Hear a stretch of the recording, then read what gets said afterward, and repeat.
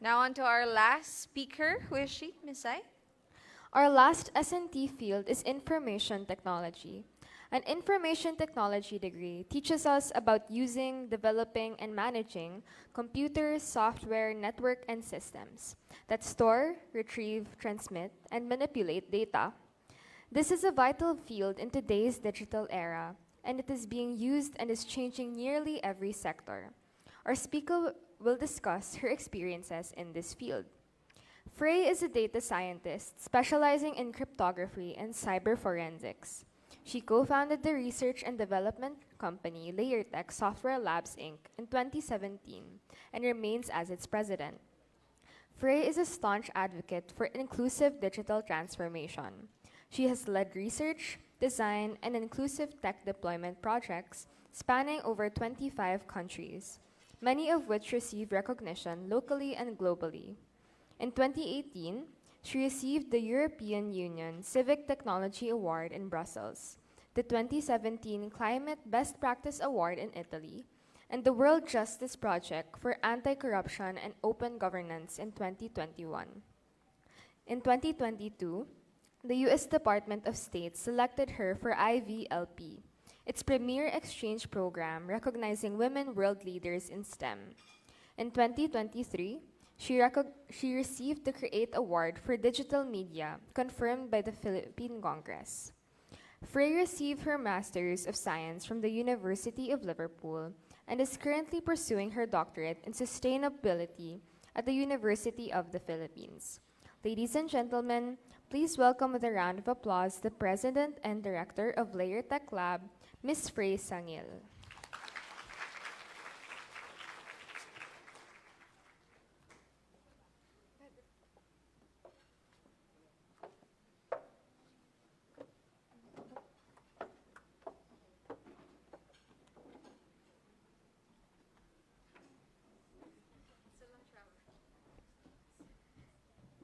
Is this working?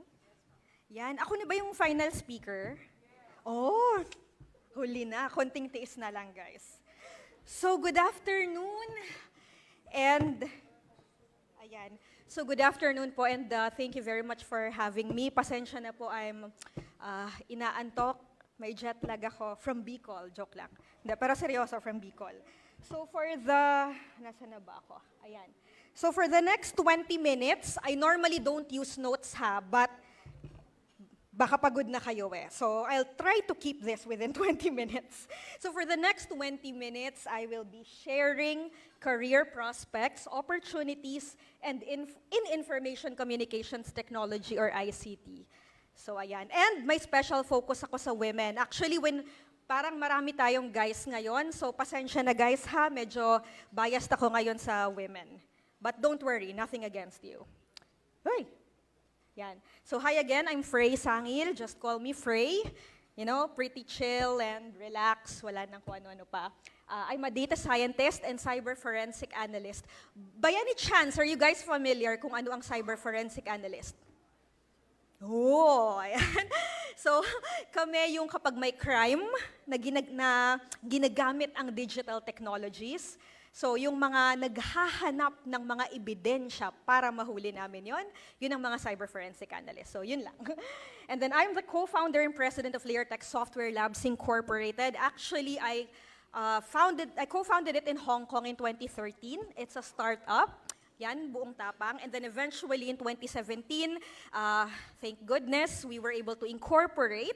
And then now, we have portfolio in over 25 countries. So if you're interested, punta lang kayo sa website namin. And for the most part, yung mga pictures na i-share ko dito, for the most ha, not all. For the most part, I took them myself. So if you're interested, you can ask us or I can connect you siguro kung sino man yung mga kakilala ko sa project na yon. Right, so to start, ayan, I have here 2 pictures. Hindi ko yan kilala, by the way. So if I were you, tanungin ko kayo, if I were to ask you, sino ang magaling na IT expert? Yun totoo. Well, okay lang. I mean, we have to acknowledge our biases to be able to correct it. Aminin. Diba? Ayoko na magsalita.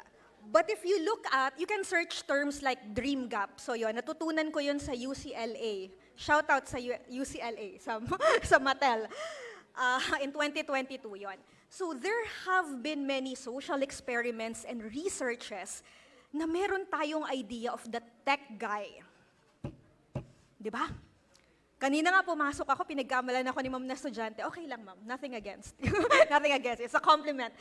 Pero di ba, it may sound funny to us, but actually, hindi na ako nagbabasa ng notes. And actually, itong preconceived notion natin na it looks simple and funny, it has profound impacts on how women is perceived in society. Or yung mga little girls, how they're perceived, yung confidence nila. Sa isang family, I've seen, lagi kaming nasa ground, yung isang family na isa lang ang kaya nilang pag-aralin, yung lalaki lagi. Diba? So meron siyang domino effect. So, and in fact, ito, according to the Women in ICT Development Index, galing pa lang ako dyan sa kabila sa DICT.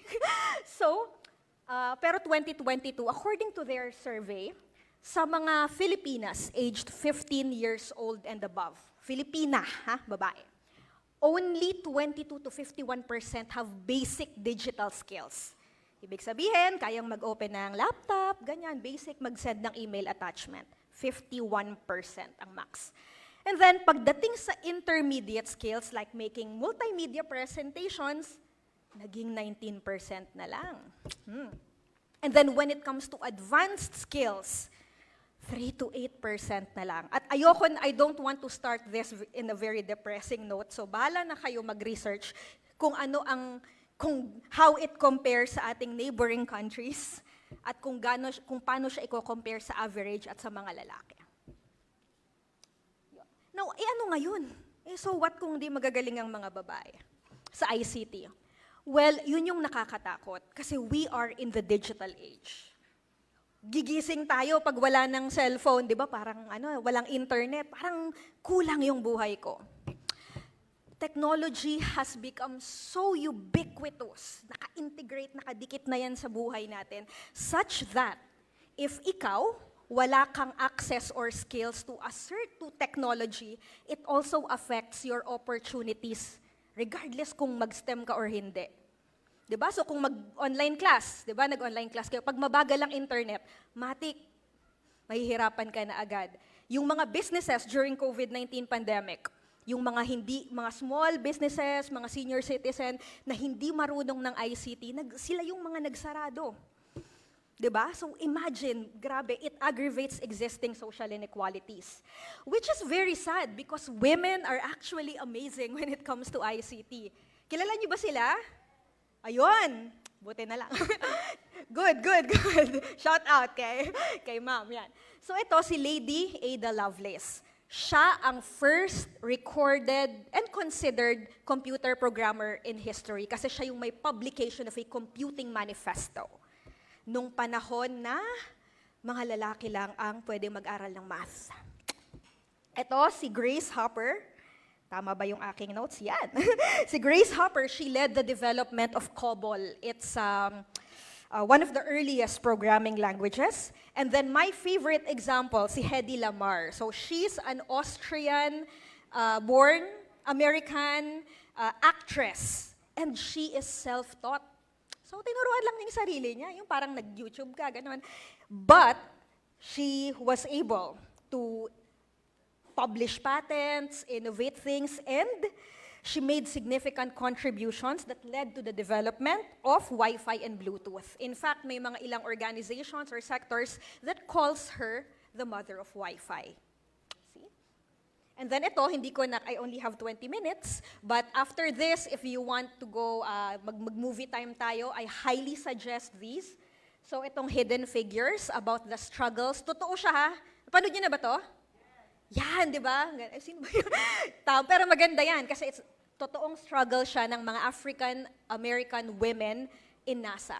So makikita nyo kung paano yung discrimination, how it affects yung a certain sector when it comes to opportunities, especially in science and tech. Ito naman, si Hypatia, bata pa ako, nakakalungkot ang story niya. nung unang panahon, na yung mga times na sinusunog ang mga babaeng matatalino at tinatawag tayong mga bruha, si Hypatia ay naging educator and a mathematician with significant contributions. Pero ayoko nang spoil, nakakalungkot ang story niya, but good story. Alright, now what's in store for me in ICT? Actually, the biggest misconception in ICT is that mag-aaral lang ako ng programming if magiging akong engineer or magiging akong scientist or hindi naman ako magi-STEM. But you know, as I've said before, 'di ba? Tech is so ubiquitous, nakadikit na siya sa mga kalamnan natin. Even if you don't pursue a career in ICT, your ICT skills are extremely valuable in the digital age. In fact, ito, i-mention ko daw to. Pakinote ha. Meron tayong Republic Act 1192 or the Philippine Digital Workforce Competitiveness Act. So ibig sabihin, talagang ina-acknowledge na ng ating government ang importance ng digital skills sa Philippine workforce. Yan. Ngayon, maraming klase ng ICT skills from basic, intermediate, and advanced. Yan, hindi ko na kailangan isa-isahin. But actually, nakakalungkot kasi yung advanced natin, halimbawa, programming. Sinong marunong mag-program dito? Oh, okay, sige. Okay lang. So yung mga programming, it's already considered as advanced ICT skills. But you know what? Ito, REMS. Kami kasi sa company, nagsusupply kami ng mga coding courses and training kits. May mga learn-to-code kits kami designed for 13 years old and above. Ngayon, there's this specific country, ayoko nang i-mention, baka mawalan kami ng kliyente, na as early as 5 years old, pinag-aaralan nila yon. So imagine, so yung advanced ICT skills may not be so advanced anymore habang tumatagal. Now, okay. Now, ICT is a very broad field. So ito, maraming actually subfields dyan, so wag po kayong magalit sa akin, di ko kayang isa-isahin, but based on my experience, ito yung top 6 na I think you might be interested or worth at medyo maganda ang payment. Yan. Kung syempre kailangan nating magtrabaho, di ba? So number 1 is cybersecurity. Kasi lahat tayo forced to digitalize. Diba? Kaya nagkakaroon ng digital assets, nagiging valuable, nagiging lucrative yung cyberspace for cybercrime. Kaya very in demand ngayon ang mga cybersecurity experts and sadly, medyo kulang pa tayo. So, you might want to go into cybersecurity. Ito, data science and analytics. Halos lahat yan ang gusto ng lahat. But for a very good reason naman. Kasi data science, because we are digitalized, ang dami-daming data na. Yung pag-post lang natin sa Facebook, that's data. And in fact, if yung data mo, if you can mine it correctly, it can tell you, to a certain extent, what the future will bring. So imagine, parang bolang kristal, di ba? If to a certain extent, you can predict what's going to happen, what's likely to happen, you can prepare, you can make more intelligent decisions, and you're more to succeed. Kaya ang mga malalaking companies ngayon, yan ang reason bakit gustong-gusto nila yung mga data scientists and mga analysts. And then artificial intelligence, needless to say, that's actually my dissertation sa Liverpool. Yung use of AI for counterterrorism, counter-terrorist financing or money laundering. So ang bilis ngayon ng AI mag-evolve. So it's really important na makapacitate din tayo, lalo na yung Philippine workforce. Diba? Para hindi siya maging disadvantageous sa atin. Robotics, no need to explain, alam niyo na yan. Cloud and DevOps, yan. So noong unang panahon, nung panahon ko, isang computer okay lang. Sa sobrang daming datang pinaprocess natin ngayon, chances are hindi na kaya yung isang computer. So you'll have to use a lot of computers and farm it out. So ang tawag doon ay cloud computing. And it requires a very specific skill sets na in demand ngayon. And then finally, tech policy and legal. So ito, we are very active. So if you Google my name, you'll probably see me in ASEAN policy dialogues. That's because kulang na kulang po ang mga tech experts na nasa policy making positions. So for example, 'di ba, ang bilis ng technology ngayon, pero policy is lagging behind, yung mga batas natin. So it's something that we acknowledge already. Industry acknowledges, yung ASEAN, ganyan. Kaya if gusto nyo maging abogado and magaling kayo sa tech, napaka-in-demand din nun. Right, next. Yan. Now ito, some examples lang para lang, to get you excited on the applications of ICT. Kapag magaling kayo, what's in store for you, what you can do. So this picture, I took this 2 years ago sa Caltech, California Tech. So ayan. Yan. So needless to say, syempre kailangan mo ng ICT skills, very straightforward. Gumagawa na sila ngayon ng mga drones na pwede sa ere, tapos pwede rin sa ground. So pangit lang yung pagkaka-video ko dyan, pero yon. Oh, di ba? So, ayan. Engineering. Ito, kung gusto nyong maging tagapagligtas ng mundo, ito ay one of my favorite projects. Hindi ako kasama dyan ha, parang nakimeeting lang kami yun. Sa Johns Hopkins Applied Physics Laboratory, super amazed ako. Ang tawag dito is Double Asteroid Redirection Test. So pag may asteroid na umaali-aligid sa Earth, syempre pag tumama yan sa atin, kahit anong yaman mo, wala, di ba? Pero yung DART project, they're doing experiments para meron silang spacecraft. Uy, ayan. Ayaw niya mag-play. Yan. Ayaw niya mag-play, pasensya na. Pero yung spacecraft, ika-calculate niya tapos titirahin niya yung incoming asteroid para imbis na tumama sa Earth, hindi na, madidislodge na siya sa orbit. Ayan. Ang galing, di ba? So parang it's the closest to Voltes 5 you can. Uso pa ba yun? Yan. Yun yung edad ko kung nagtataka kayo. So yan, it's the closest to being a planetary defender that you can get. Of course, needless to say, it requires a lot of software. Hindi mo yan kaya ng mano-mano. Okay, now, ayoko naman ng STEM. Gusto ko sa ICT. Gusto ko sa humanities. So this is, I think 3 years ago, no, Rems? So this was our partnership with the Philippine National Police Regional Office 5, and we are currently helping them in data mining. So tayo, lahat mahilig tayo magreklamo sa Facebook. 5 minutes na lang. Sige. So yan, data mining. So we're using natural language processing para ma-mine. Siyempre, 100,000 na mga feedback, di mo yan kaya isa-isahin. So, using natural language processing, data mining techniques, we can inform the strategy of our partners, like the PNP, kung ano ba yung urgent crimes sa ang specific sector, sa ang specific na lugar. Yan. 5 minutes na lang, bibilisan ko na po. Ayan. So ito, share ko lang, I'm so proud. So kami kasi every year, nagsusupport kami ng mga rural schools or mga high schools. Binibigyan namin sila ng mga free coding training, AI. So isa to sa aming mga nag-recital last December, si Miss Irene Kate Luzon from Orosite High School. So she's actually a humanities student.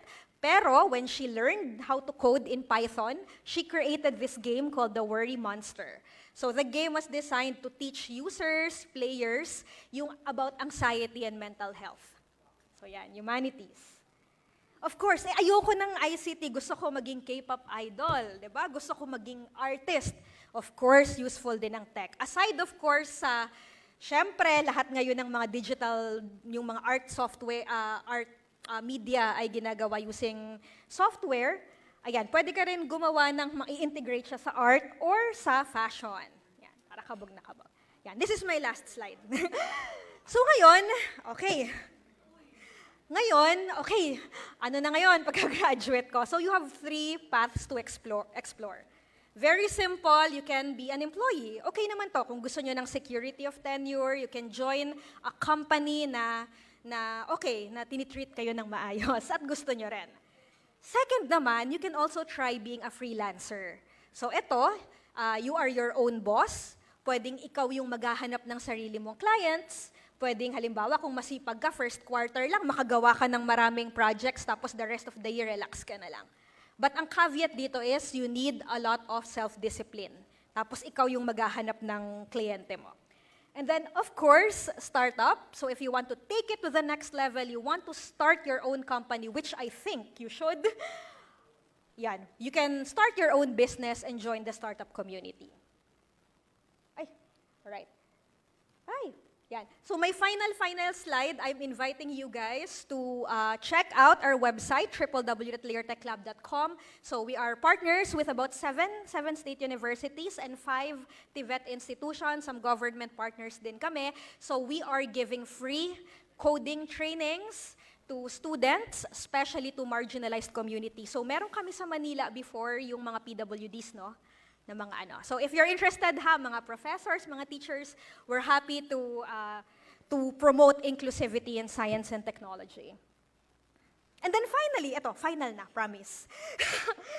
Promise, ayan. So lastly, I want to go back to my first slide. Yon. So I want to encourage you guys, especially girls, bakit guys? Girls, to explore ICT. So kailangan natin yan. Medyo napag-iiwanan tayo in terms of numbers, pero the more that we have to persevere. Now, I will not sugarcoat it. Although we've made progress, for sure, along the way, you will still experience, you will still feel misogyny, discrimination, varying levels. So when that happens, I hope na you won't be discouraged. And remember how we have a lot of women in STEM champions here. Kung hindi ako, i-volunteer ko na yung mga naunang speaker. You can reach out to us and sana yung next WIDI survey natin ay mas maganda na. Okay?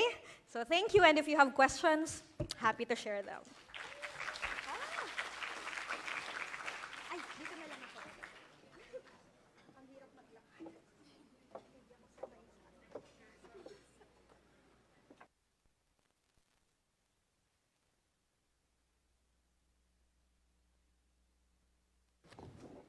Thank you, Ms. Frey, and of course to Dr. Barrioga and Dr. Zainordin. Now is the time for the question and answer. We will allow our participants to ask questions.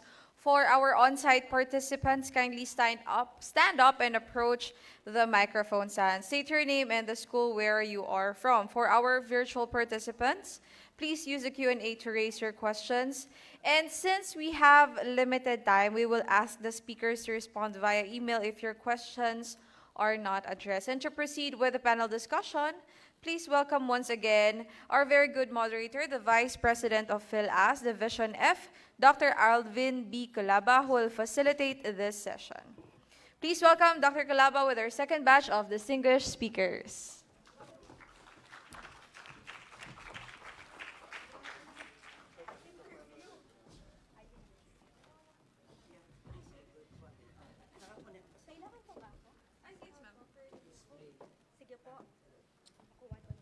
Ms. Frey, please join me here para ma-attract lahat yung mga audience natin dito.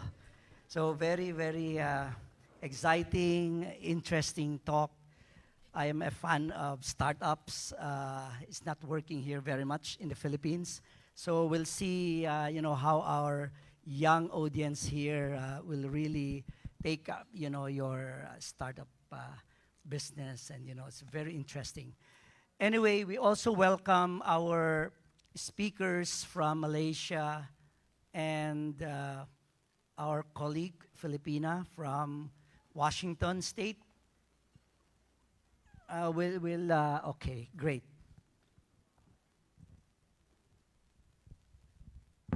All right. So as we have already experienced this morning, we're opening our panel discussion to you. Both our in-person participants and those who are on our virtual, Zoom. Are we in Zoom, right? So I think we still have over 400 participants, I guess. So I would like to welcome Dr. Nazira from UCSI University in Malaysia. And then Dr. Nina Baroga, nice talk, welcome. I know it's getting late in your part of the world. You're in the West Coast, right? So it's almost 4 hours from, might be 11 now or 11:30. So, but as a researcher, as a scientist, we can live with that, right? Sometimes early morning we're awake, working. And of course, we are joined here with us, Ms. Frey, who had a really interesting talk here. So, do we have any questions on the floor to start with? Yes, please. We'll get it going. Please identify yourself and your institution. Thank you. Hello po, my name is Lauren. I am from Philippine Science High. I am a 12th grader. And my question is for Ma'am Frey. I've been interested in the computer science field. However, I'm not really sure what specific career choice I should be looking into. Because I'm okay at math. It's not really one of my strong suits. However, I'm a lot more interested in fields like, especially writing. Writing and art are mostly what I'm good at. But I want to look into computer science fields as my career. So do you have any like suggestions for what I can look into? Thank you po. Wala. Hello? Okay ba? Sorry. Yes, so I can actually relate to that. I think I've had it worse pa nga. Kasi to be honest with you, when I was your age, bagsak ako sa math. But, just to let you know, math is very important in computer science. I will not sugarcoat it. You have to study math. Hindi mo yan matatakasan. However, it shouldn't stop you from pursuing computer science, especially if tama ba yung rinig ko, writing? Yes. Yan, all right. So, I think you'll be interested in natural language processing. Kasi, for example, ayan, ako sa field ko sa data science, we do a lot of math, of course, pero hindi lang kasi dun sa math eh. Normally, when we solve a problem in the field and it requires data science, marami kami, hindi lang isang tao. That's how the real world goes. So you will have someone to check your math. Not to say na wag na kayong magpabaya kayo ha. But the point is, it should not discourage you na, ay, mahina ako ngayon. Sige lang, try lang ng try. And if you're good at, or if you're interested in writing, maybe you want to try natural language processing. Kasi NLP is about language.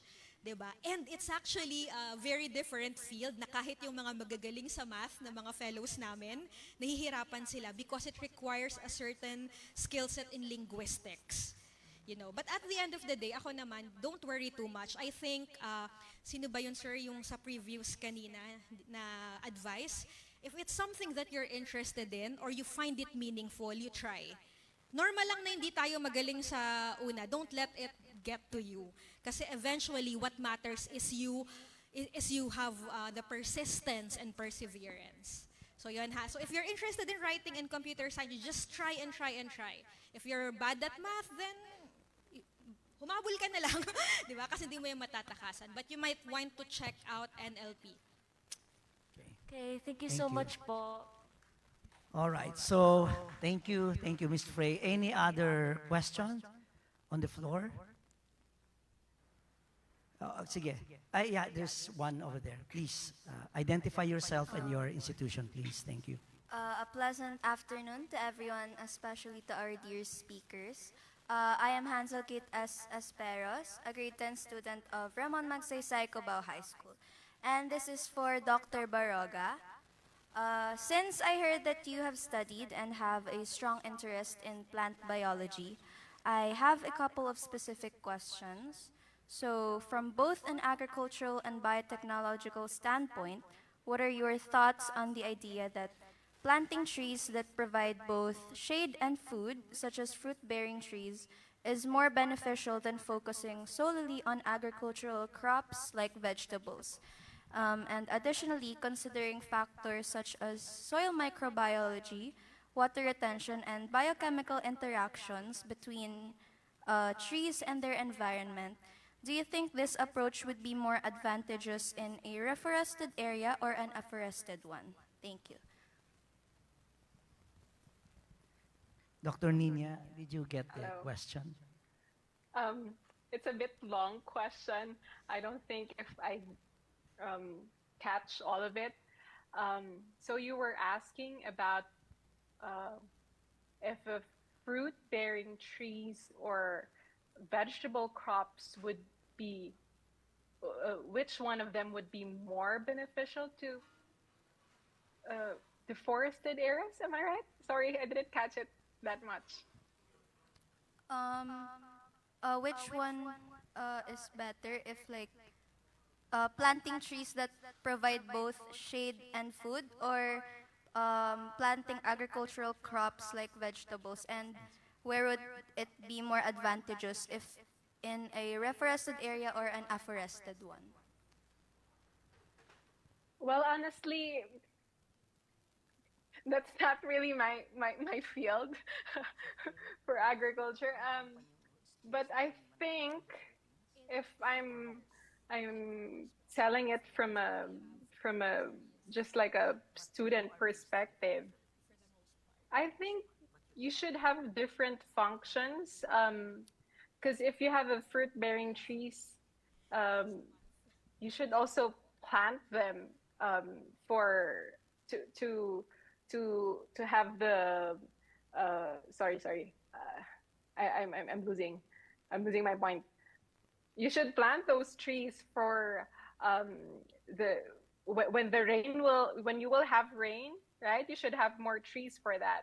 And for the vegetable crops, that will be easily flooded, right? So I cannot really answer fully because I'm more on the molecular biology side of the plant. So sorry, yeah, honestly, I can't fully answer your question. Okay. Thank you. Thank you, Dr. Nina. Yeah. Next, please. Hello. Hello po, I'm Sai Sanre Madlang Bayan. I'm also from Philippine Science High School main campus. I have a question for Ma'am Frey. So, adding on top of what Lauren was trying to ask, because I also have a little bit of interest in pursuing computer science and STEM stuff, but in relation to media, I wanted to ask po regarding the brief slide you showed for applications in arts and entertainment, since I know due to time you weren't able to elaborate. Par- Particularly, it's the one picture that showed something related to a Disney thing. Whether it's like a specific experience you have or just an example of an application, I would like if you could share po. Thank you. Yung slide ko on yung may robotics na ano. Oh no, yung arts and entertainment po. Yung sa Disney. Yes po. Right, okay. Actually, I took that picture myself. Yeah. Kasi in 2022, we had a meeting with Disney, but that was sponsored by the State Department, so US government. Kaya hindi kami yun directly.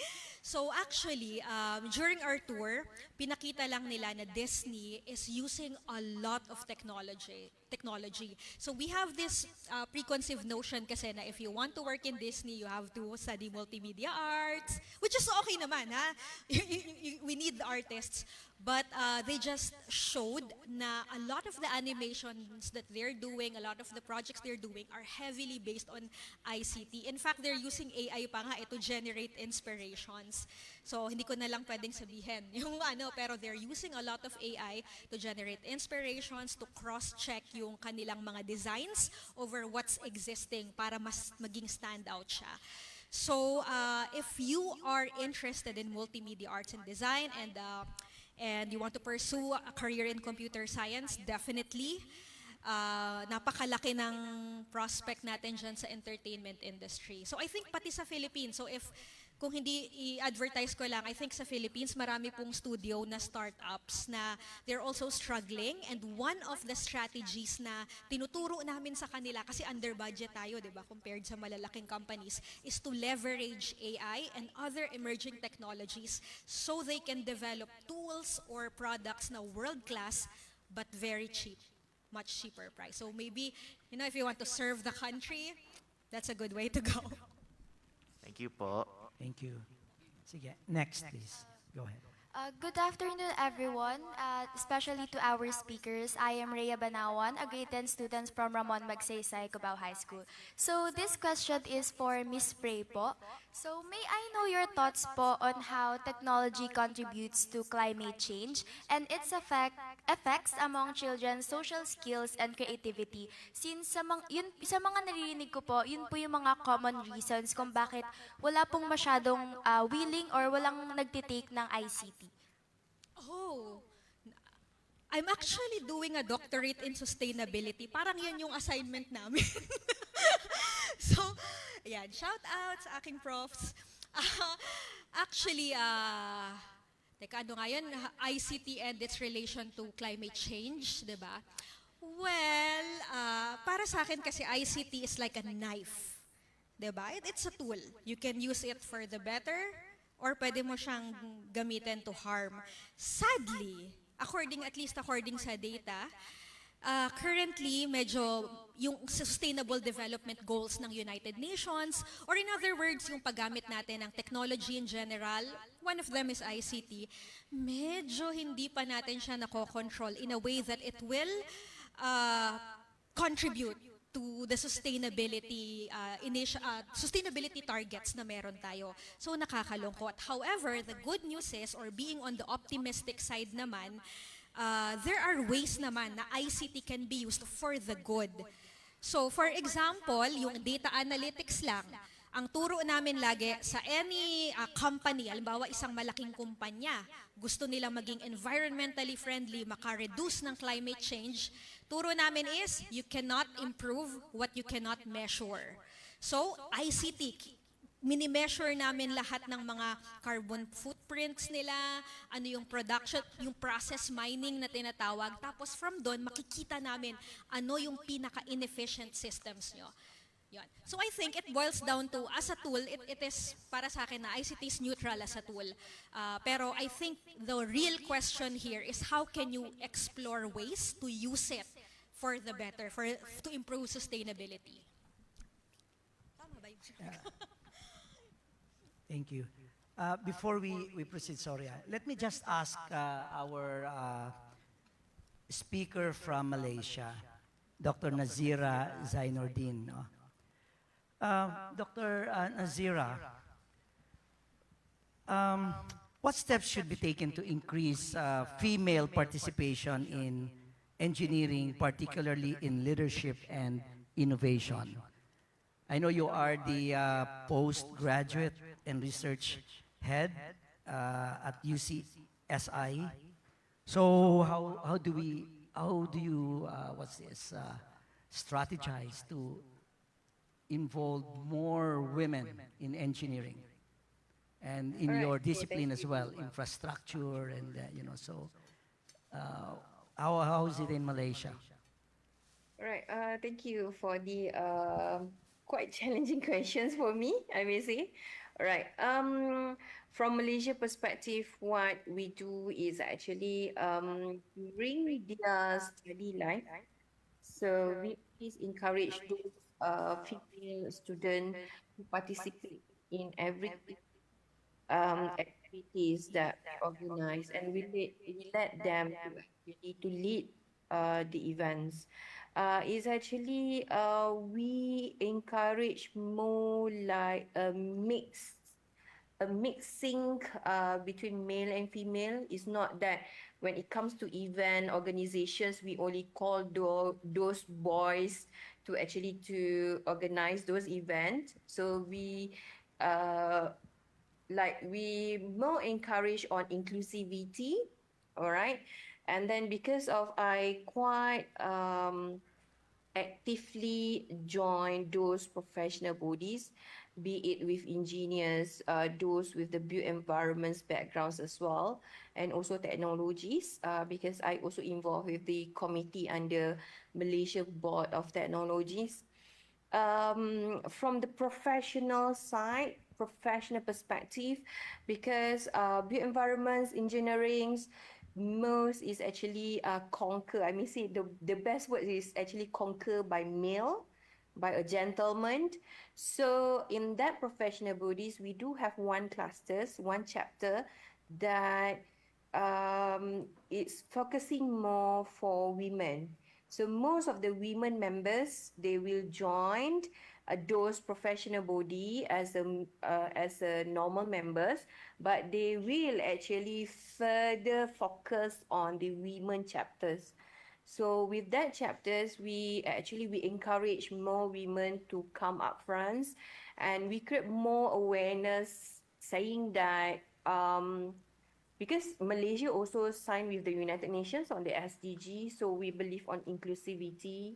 So we actively create more awareness so that all those members who join the professional bodies and as well as in that professions as well, they know about the ideas of inclusivity, and they let women to actually to lead the organizations, and it works well in Malaysia.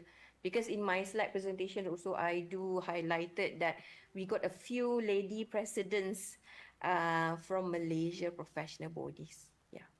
Okay. Thank you, Dr. Nazira. I think in the Philippines, it's about the same. I think we're trying to engage, both men and women, or girls and boys, in many of the activities, particularly in engineering.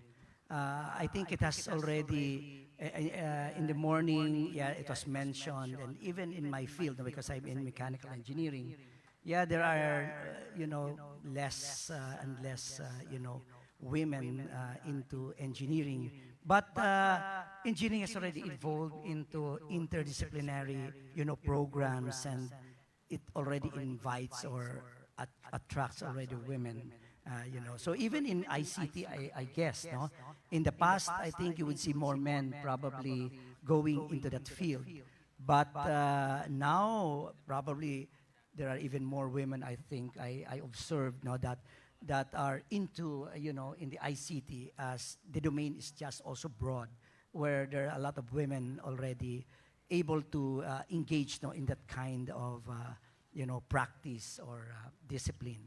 And I want to extend this question to Dr. Nina, because earlier you were showing that when you were here in Asia or in Taiwan, you were with more women in your research group, I think in Academica Sinica, and now in the US, you're, fewer women than men. And do you see that, changing in the next few years, that there will be more and more women in your area in biotech, agricultural biotech, than men?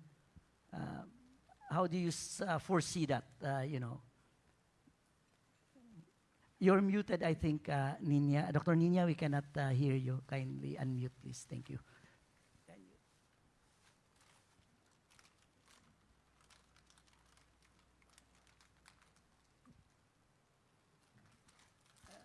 Hang on. Hello? Yeah, we can hear you now. Yeah, okay. Yeah, I think I think it's just only in our lab in Taiwan that we really had more female researchers. But I think generally in US, I think specifically just in our lab that we just had the chance that we had more male researchers. But I think in US, they're really more inclusive nowadays. Because, for example, in job applications, they really consider, when you're applying for assistant professor positions, they really want to have a DEI statement, like how would you implement or advocate diversity, equity, inclusion. Because in US, they really want to have diversity in every research institute or department. And I think that's really a good thing, because it's been shown in statistics that male scientists receive more research grants than female scientists. And I think that's a good thing to promote now, and especially here in US, that they really try to consider when there's a job application. If there's a female candidate, there's a male candidate, there should be equal ratio. And there's also, for example, in Taiwan, there's a scientific advisory board from other countries, they would say, "Oh, what's the ratio? What's the male to female ratio of your researchers? You should increase your female researchers." And they would always advise that. So I'm happy that people are getting aware of this gender equity in science. Okay, that's great. Probably here it might be difficult, no, when we have very limited, female scientists. Much as we want to have more women or a gender balance in a lab or in a research group, it's just that there are not many, available women in science. But anyway, let's go back to, thank you, Dr. Nina. Let's go back to one of our students here who had a question. Please identify yourself and your affiliation. School, please. Thank you. Good afternoon po. My name is Gabriel Teope. I am currently a grade 12 student in Philippine Science High School main campus. This question is addressed to Dr. Nazira. Right now, I'm interested in pursuing either architecture or engineering in college, and I know a lot of my other batchmates who are women also want to pursue architecture or engineering in college. But right now, I'm not really sure which of the two I want to take. So I wanted to ask, what made you choose quantity surveying as a career instead of, say, other engineering courses or architecture? Thank you. All right. Thank you for the good questions, I may say. All right. Between architectures and engineering, what I can advise is that it depends on your basic skills. Because if you're interested on architectures, you must have at least basic drawing skills. That is a must because when you want to enroll into the programs, normally most of the university they will ask your portfolio. Portfolio means that the collections of your drawing. So if you're really into a drawing, architecture is the best courses, I may say. But then if your drawing is not really, I may say, you just can draw a very simple, basic drawing, you still can take up the programs, but it depends on how far your interest into the architecture programs, because you are going to play with all of the drawings, and then you need to actually transform those drawings into a model making. That is an architecture scope of work. Or I may say most of the courses syllabus is included into that kinds of assessments. For engineering, it depends on what kinds of engineering that you want to choose. If let's say you want to play with those liquid, so chemical engineering is the best. So if you think that oil and gas is more promising for you, so you can go by chemical and also petrochemical engineering. So if let's say you are more into building, but you don't really want to draw much, but you excel in mathematics and physics, civil engineering is the best options. Yeah, that is what I can advise to you. Okay, for the questions why I choose quantity surveying. All right. Let me be honest. Actually, I don't know about quantity surveying, but what makes me fall in love into this program is because of the okay, I should rebel. Okay, from the serial drama in Malaysia.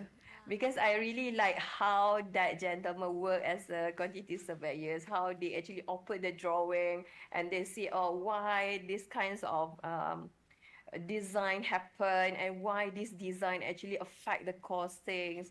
But I don't really like drawing, but I really into mathematics. So I asked my teacher during that time, is it quantity surveying is the most promising career?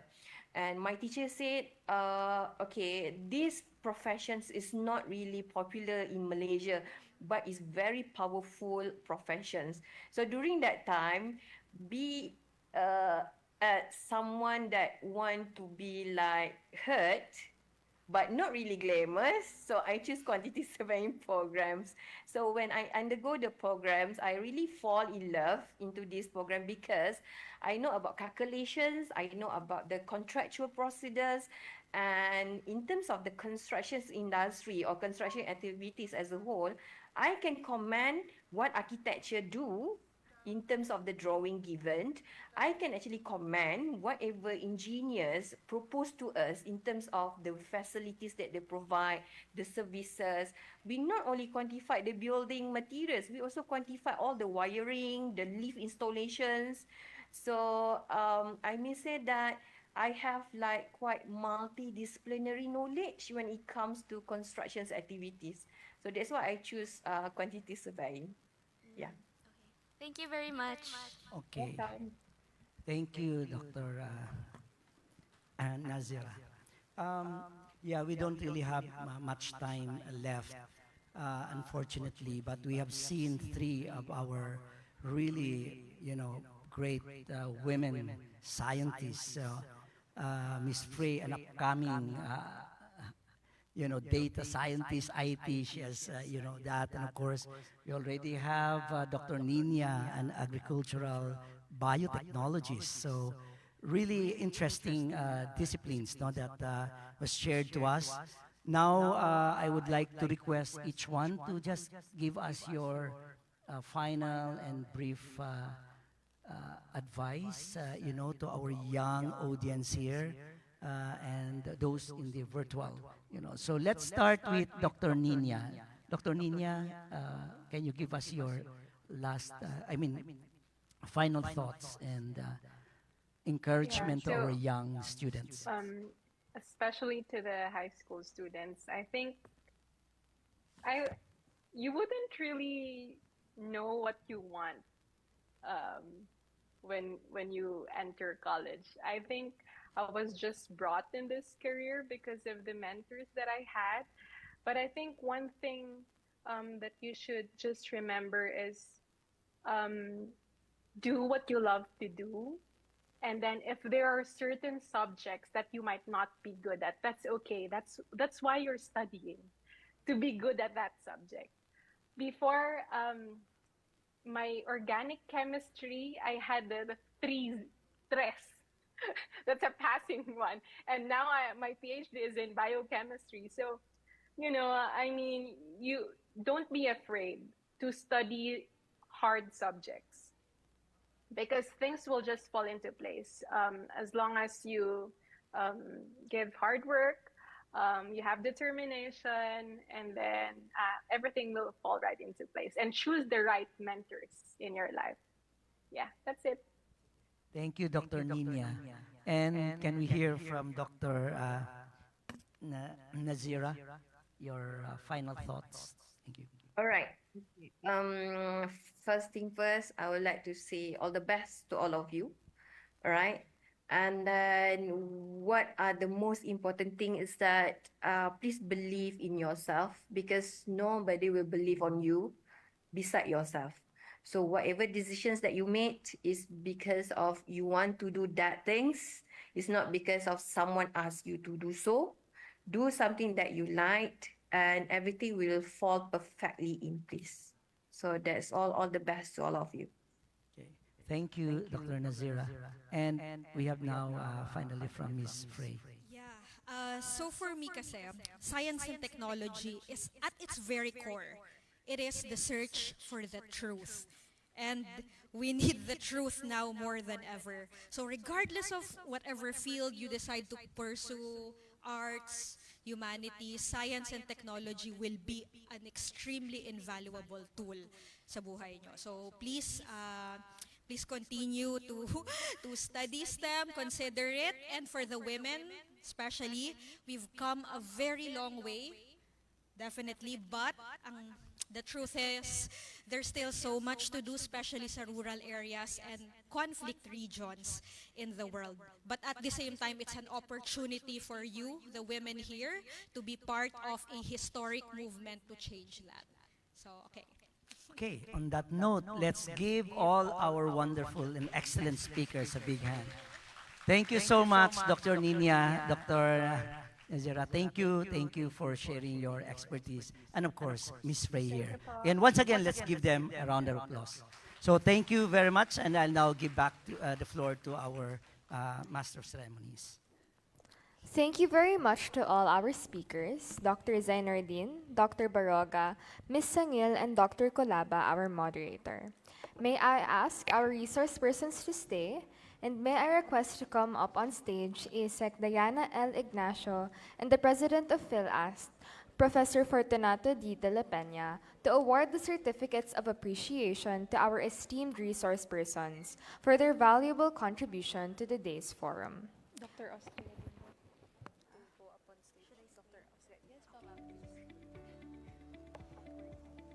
We also request Dr. Austria to please come up on stage for the presentation of the awards. Allow me to read the citation. This certificate of appreciation is presented to Dr. Nadsira Zainardin, Dr. Nina Alisa M. Baroga, Ms. Frey Sangil, and Dr. Alvin Colaba for their valuable service rendered as resource speaker during the Hybrid Career Planning Forum, Unboxing STEM Professions, A Day in the Life of Women in Science, in celebration of the International Day of Women and Girls in Science, held at the FIVOX Auditorium, Philippine Institute of Volcanology and Seismology, Diliman, Quezon City on February 11, 2025. Signed by DOST Secretary Renato U. Solidum Jr. Congratulations to Dr. Zainordin, Dr. Nina Alisa M. Barrioga, and to Ms. Frey Sangil, and of course to Dr. Alvin B. Colaba for moderating our panel session.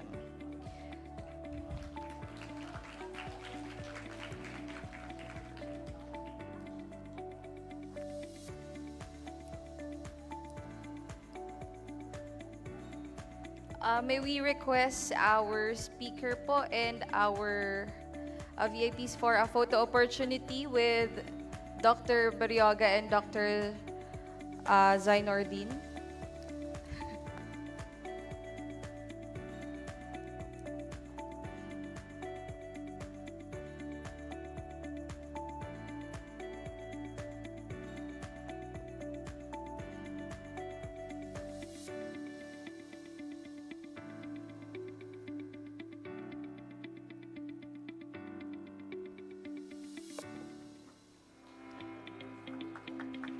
Once again, thank you very much to our speakers.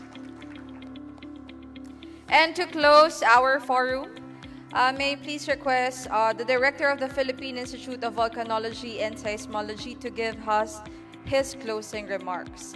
But unfortunately, due to an official engagement, Dr. Teresito C. Bacalcol gave us a recorded message.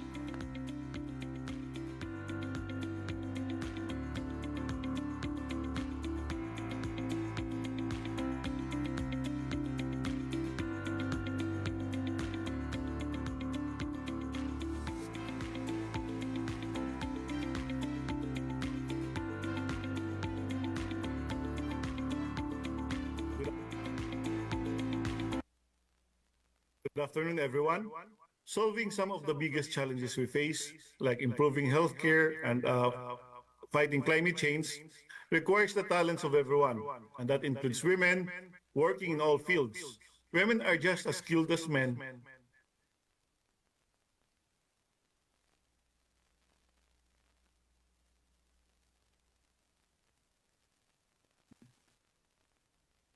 And they bring fresh perspectives, new talents, and innovative ideas to the table.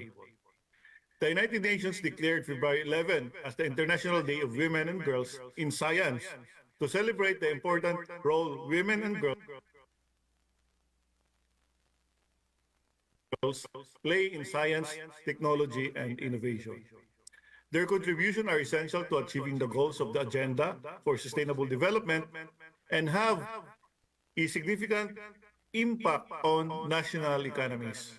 In his 2024 message, UN Secretary General Antonio Guterres highlighted the need for gender equality in science. He said, gender equality in science is vital for building a better future for all. Unfortunately, many women and girls still face barriers and biases that discourage them from pursuing careers in science. And this means the world misses out on incredible talent. So what can we do?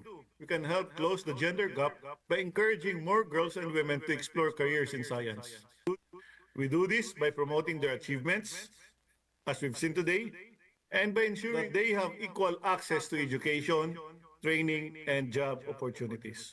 Let's challenge outdated ideas and create a culture where women's talents are recognized and celebrated.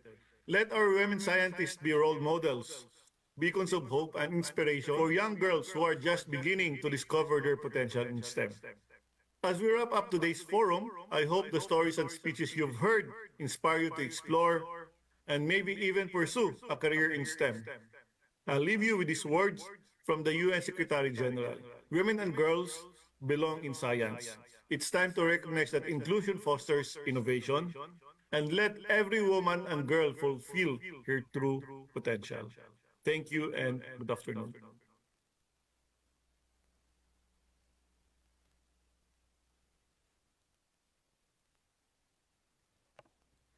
Thank you very much, Director Bakulkol, and thank you again to all our resource speakers. Ms. Katie, this is it.